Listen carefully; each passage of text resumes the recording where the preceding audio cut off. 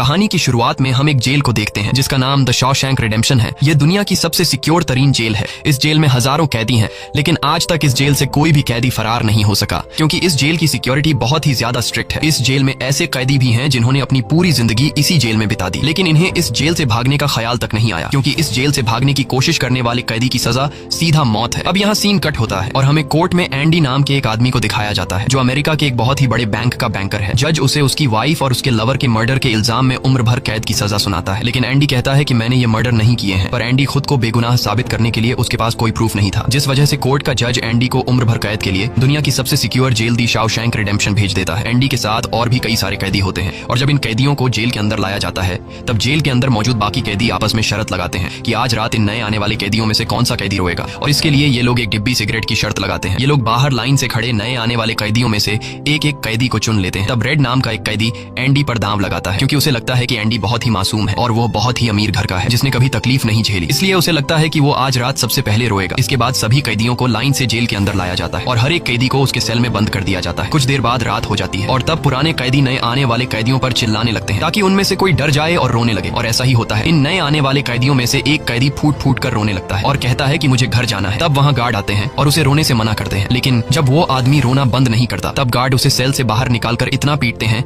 कि वह बेहोश हो जाता है। दूसरी तरफ रेड एंडी पर लगाया हुआ दांव हार जाता है और रेड समझ जाता है कि एंडी बहुत ही स्ट्रांग है, क्योंकि इतना डराने के बावजूद उसने एक आवाज तक नहीं की। इसलिए अगले दिन रेड अपने साथी को सिगरेट का एक डिब्बा दे देता है, क्योंकि रेड एंडी पर लगाया हुआ दांव हार चुका था। तभी हम एंडी को देखते हैं जो अकेला चुपचाप ब्रेकफास्ट कर रहा होता है। तब एंडी की मुलाकात जेल के सबसे पुराने कैदी ब्रुक्स से होती है। ब्रुक्स को यहाँ इस जेल में लगभग 50 साल पूरे होने वाले हैं। एंडी समझदारी से ब्रुक्स से इस जेल के सभी छोटे बड़े रूल्स और हर एक कैदी के बारे में जानने की कोशिश करता है। तब ब्रुक्स एंडी को जेल का हर एक सीक्रेट बता देता है और वो एंडी से कहता है कि अगर तुम्हें जेल के बाहर से कुछ मंगवाना हो तो रेड नाम के कैदी के पास जाना। ये सुनते ही एंडी भी इंतजार नहीं करता और वह सीधा रेड के पास पहुंच जाता है और रेड से कहता है कि मैंने सुना है तुम बाहर से किसी भी चीज को अंदर मंगवा सकते हो। तब रेड कहता है हाँ मैं मंगवा सकता हूँ, लेकिन ऐसी चीज जो यहाँ से भागने या फिर किसी को मारने में काम ना आती हो। एंडी रेड से कहता है कि मुझे हैमर यानी एक हथौड़ा चाहिए। हथौड़े का नाम सुनते ही रेड कहता है कि तुम्हें हथौड़ा ही क्यों चाहिए, क्या तुम हथौड़े से किसी को मारने वाले तो नहीं हो? तब एंडी कहता है नहीं, मैं किसी को मारने वाला नहीं हूँ, मेरा यहाँ कोई भी दुश्मन नहीं है। ये सुनकर रेड कहता है कि तुम्हारा यहाँ दुश्मन तो नहीं है, लेकिन जल्द ही कुछ लोग तुम्हारे दुश्मन बनने वाले हैं। वो कुछ लोगों की तरफ इशारा करके